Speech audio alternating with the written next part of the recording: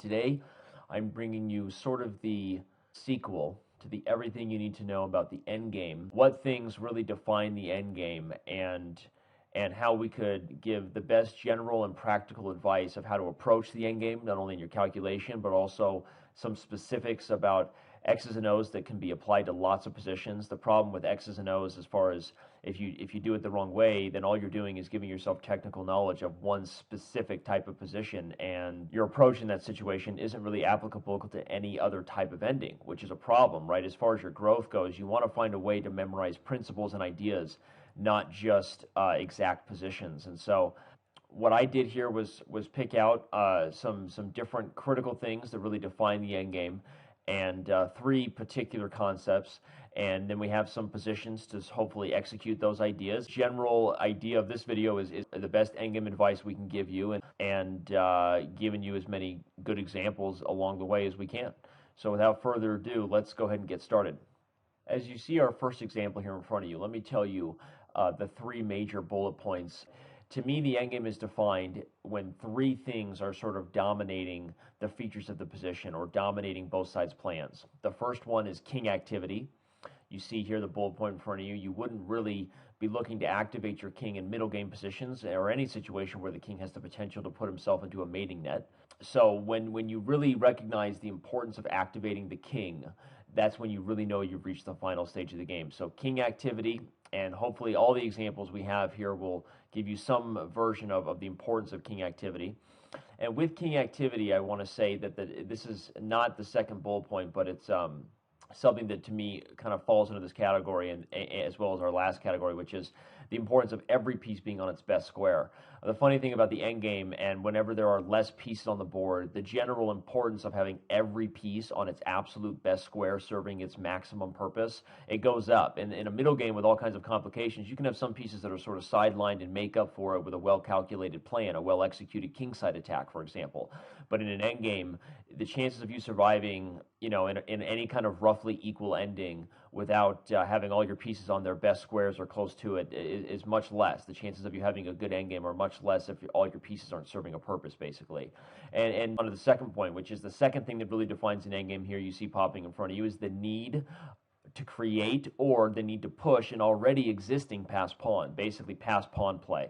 Your need to create a pass pawn, you need to create a second pass pawn, your need to create a third pass pawn, your need to push your pawns faster than your opponent. This is something you have to do in the endgame. Why? Because as they say, pass pawns must be pushed. And the ability or the threat of getting a queen is what really dictates the tempo in an endgame, especially anything like we've said that's sort of close to equal. You want to create a pass pawn, you want to use a majority to push an already existing pass pawn.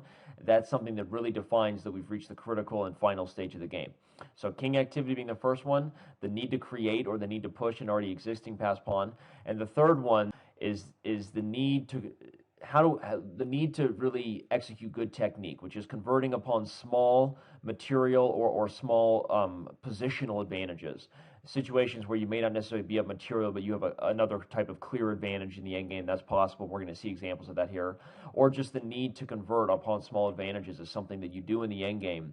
And I call it sort of this simplification principle. Like, there are lots of different principles to simplification, and knowing which pieces we want to exchange and which pieces we don't want to exchange, how aggressively we should exchange or not. These are things that really dictate an endgame, because if you're of material, almost always it's good to trade pieces and go to a king and pawn ending, but you don't always know about other types of endings. And so you have to make sure that whenever you're approaching the final stage of the game, whether it's from the middle game or to the end game, or you're already in the end game, this third thing that really defines the end game to me is which pieces do I need to exchange.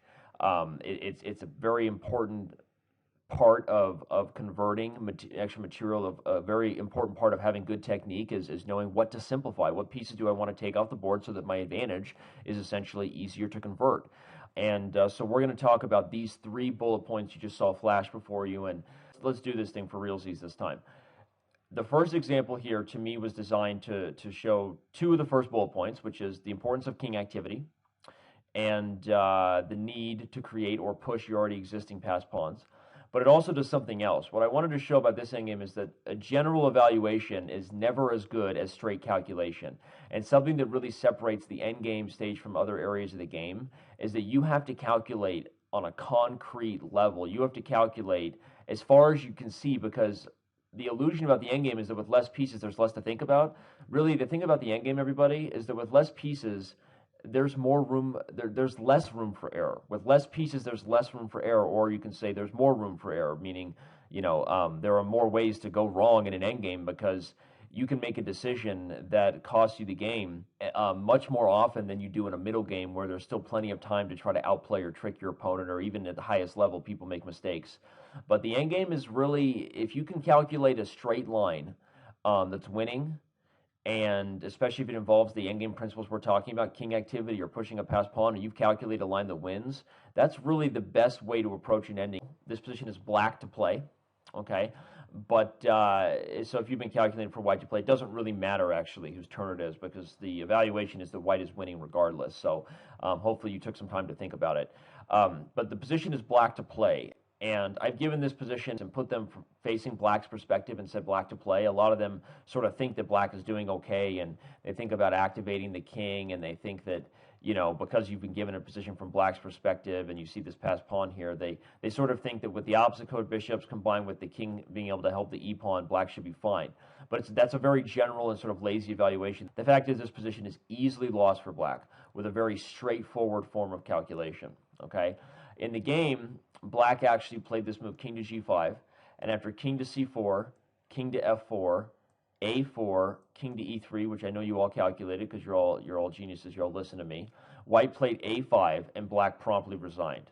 Basically, the reason why a lot have given a weird evaluation to this endgame is because they've gotten to a position like this and started calculating the need to move the bishop, right? And then they think, well, maybe the king would attack it again, and then I need to move the bishop again, and they're just sort of looking at the general thought that the bishop is under fire. And when eventually the bishop finds like a safe place, the other option for black is also to push the e-pawn, so that's no good either. And in many cases, players gave me a line like this, so that they calculated something like the bishop running and then running over here, but then the e-pawn was dangerous. And so general evaluation and sort of taking things for granted, like the fact that you need to move this bishop instead of just calculating a straightforward line, is what causes this endgame to look more confusing than it is. But after a5, black simply can't stop the a-pawn. And in the game, black sort of realized that. Taking a5, there's no way to get the bishop to this square in time, or there is actually one way, which is just to move it there and give it up for free. Haha, tricked you. No, seriously, there's nothing black can do about this position. There's no time to get to the diagonal in any other fashion. Pushing the c-pawn, whether one or two squares, is going to lose immediately because two passed pawns, I don't know if you've heard, are harder to stop than one. And eventually white will be queening first. And so this position is easily lost for black, and that explains why he resigned promptly. Bishop takes here would lose to a number of things. I believe even taking here and then taking here, because if you take, my pawn is faster. But to prove the point, just a6, followed by a7 should be good enough. Bishop c5 being met, of course, by king to b5, exclama viach, blocking the pawn, therefore keeping the bishop out of this diagonal, and white is easily winning. And so in this position, probably the best thing for black to do would be to try to get the bishop somehow to this long diagonal. But even in this case, after takes, and the bishop fills this square, and it could maybe come to any one of these squares, doesn't matter. The bottom line is that black simply has too much to guard. He has to deal with the threat of me coming to get this pawn, along with the fact that the king can't totally ignore leaving the g-pawn. And, a quick look at this position makes it pretty obvious that that black has just lost. I'm coming to c6, and there's too much for black to worry about. So even if you were evaluating this position in close, as if it was close in any way, or being general in any way because of the obstacle bishops, or thinking that black had any chance, then you were wrong. And if you were looking at it from white to move and thought that white was easily winning, then you were right. And even if it was black to move, you would be right. And so I just wanted to show that it's a general position that is very, very quickly not so general when white just execute this really straightforward plan, which is how you should look to play every endgame. Activate your king and push your passed pawns. So let's look at our next example. Here we're looking at a position that is white to play. So if you want to try to find the best move you can, it's not too hard, but if you want to try to solve it, you can. So the next one is one that I wanted to show as an obvious example of simplification. The three bullet points I showed you, of course, were trying to highlight the importance of pushing a past pawn, king activity, and the third thing we talked about, this recognizing what pieces do I need to trade and why, is a big part of the endgame. Simplifying a position, especially when you're trying, again, to convert on an advantage, to show good technique. And so this position is pretty obvious what white should do. You should play this move, queen to d4 check, king to g8, queen to d5 check, giving up a pawn in exchange for taking away black's two very powerful pieces lined up on the battery on the diagonal. Kind of a no-brainer. And after b4, black simply resigned. We'll play out a few more moves to show you how easy this is to win for a lot of the beginner players out there. But what I wanted to show is that when you're evaluating the difference between like a rook and a bishop, in general, the chess gods said rook worth 5, bishop worth 3, right? But if the main features of a position are on, defending critical weaknesses along a long diagonal in a color complex, well, that bishop has to be worth a lot more than just a rook sitting on c1, right? And this is something that dictates usually a lot of middle game tactics, is that you have to really evaluate the ability to create threats and generally like square control. The ability to create threats and actually having control over critical squares for your pieces is more important than the number, the dogmatic number you give the value of a piece. So what white does here, recognizing the power of that, it doesn't think twice about simplifying the position and just taking those pieces off the board. This pawn, of course, that I'm losing, this c pawn, is irrelevant. And within a few more moves, we see that even if black had time to get over there, this position would be lost. But, a very direct approach like this move just runs into this, and I'm going to give up the rook for the bishop and queen the pawn. The king won't be able to stop it, just to show you something like this. Of course, taking the pawn, you'd be down a whole rook and get cooked. Hey, that rhymed, right? Anyway, but even moving the bishop somewhere else, it's just flat out too slow. I think coming down here, threatening to push, this pawn hanging, this position is going to be pretty easily winning for white. So simplifying and really opening the board shows you why the rook is worth 5 and the bishop is worth 3. And this is an easy example. You can almost call this just a tactic. It's hardly an endgame, but we are going to get to a couple more positions that are a little more just advanced in terms of this idea of simplifying. So I wanted to show a really basic and obvious version of when you just want to take pieces off the board and simplify the position. It can't get more obvious than this.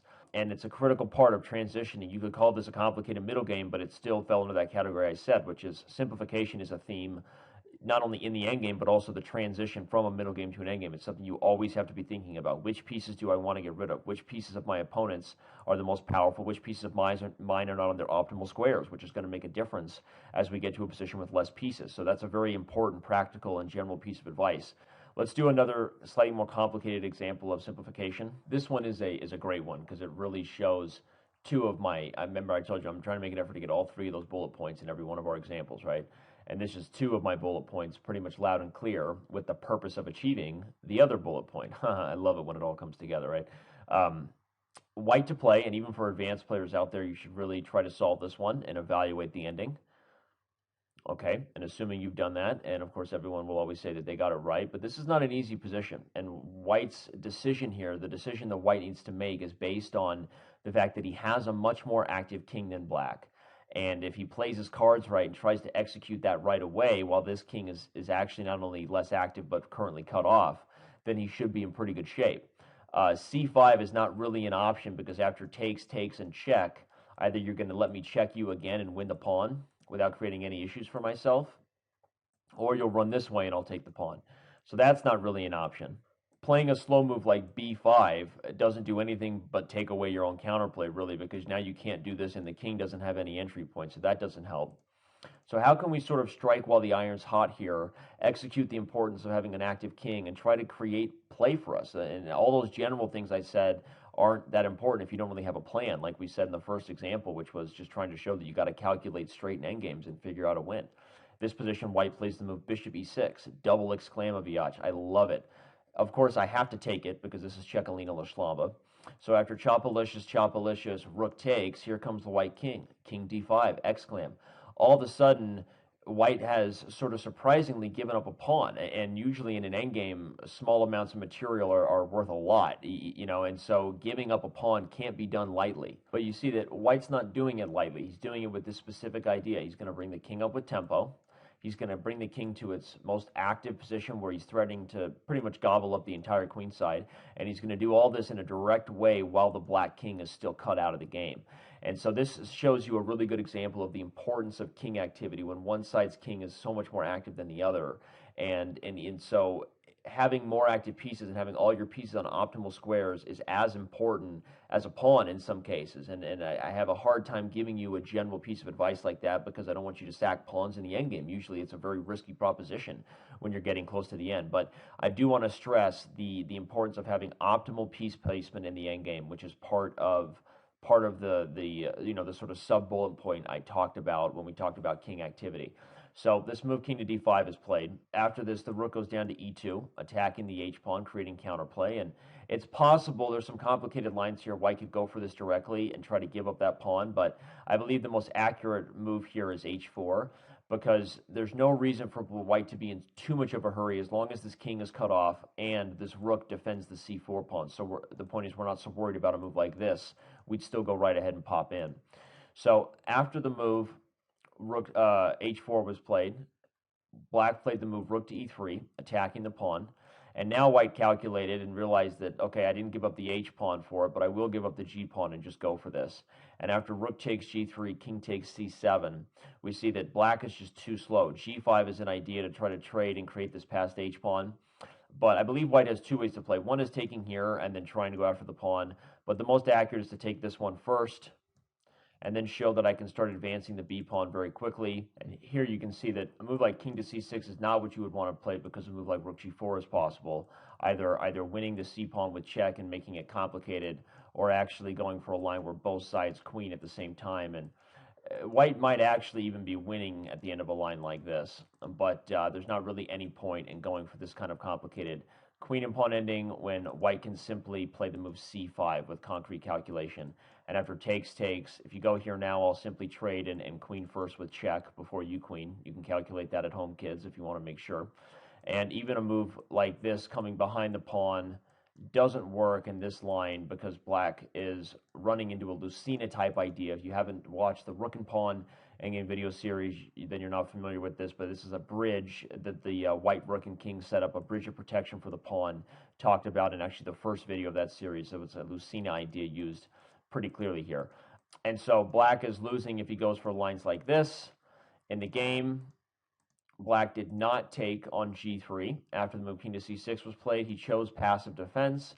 And after b5, king to g7, what's interesting is this final part of the example really shows you how important it is to have an active king versus a less active one, because Black's only real way to get it out would be to try to offer a trade and to take away White's protection of the f-file. But doing so would immediately transition into a lost king and pawn ending, and it's not even close. So when you know that like a king and pawn ending is lost because of a more active king and because of the threats on pawns like this, you know, a little bit of basic calculation can tell you that, but you know, the more you see positions like this, you don't even need to calculate. And so when you know that, it makes it really easy to play positions like this because you just know that he can't simplify the position because you have that over him, that the king and pawn ending transition will be lost. After king g7, White came up with the winning idea, which was rook to f3, guarding this pawn and preparing to come around here.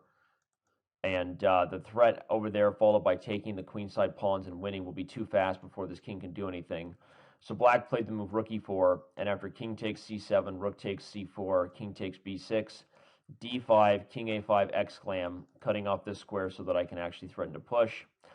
d4, b6, rook to c1, b7, rook to b1, and after king a6, a few more moves were played. Eventually, White finds the ability to hide the king behind Black's d-pawn, brings it in front of the, excuse me, sorry, wrong move, brings it in front of the b-pawn here, and Black is dead here. If the move rook a1 is not played, White will simply play rook a1, cutting off the a-file, and then hide the king from check so that I can queen. So Black's only move is rook a1, hoping that if the king goes here, I can check. White simply comes over and picks up this pawn, then completes the Lucina idea of guarding the open file so that the king can hide from checks by the rook and queen. So a slightly complicated finish, especially for some beginner advanced, beginner players out there. Advanced players will understand that, but just as they did to show that simplification of a position can even give up a small amount of material. We saw that both in the last example with the queen, queen trade, and White trying to take away the queen so that the queen and bishop battery didn't attack the king. You remember our first simplification example. And this one here, we see White giving up a small amount of material to get the king to its most active position, create threats of creating a passed pawn, which was our first bullet point. And you see those kind of features, the importance of passed pawns, the importance of king activity, knowing what to simplify, really are three features that dictate and dominate what's going on in this position. So hopefully you enjoyed that example. Again, it's a more advanced example, but hopefully a good one that shows you those three things that define an endgame again. Let's move on. And here we have black to play in our final example of simplification, which we're actually going to use to conclude part one here. Give your full effort and try to solve this last one here for black. How is black approaching this position, this transition into the endgame? Okay, and if you pause your video and try to solve it, then you rock. And so give yourself a big pat on the back. Yes, I'm watching you. I can see if you gave yourself a pat on the back. So very, very proud of you for doing that. Black plays this move, queen to f6, exclam. Now, the idea here is that black offers this trade of queens before white can get the king safe. And in doing so, he's making sure that he'll have great endgame chances for the rest of the game. Not a guaranteed win, but it's a great example of, and it's an advanced example for sure, but it's a great example of when to simplify. I have a double attack right now on the bishop and the queen, so a move like castles for white, for example, is just simply not possible. And so white can take here on f6, but after I take, now again, your castling is not number one on your list because my rook will immediately execute upon the second rank, attack the b pawn, and likely win material very quickly. A move like king to e2, maintaining control over this infiltration, walks into this check, and we can see how painful a position like this would be for white, with a king in the center, black controlling the only open file, and I might even be able to slow dance my way to advancing my 3-on-2 pawn majority, if not being able to execute with my rook in some other fashion at some point. So this move, queen f6, placing the double attack on the bishop and the queen, is a really powerful one.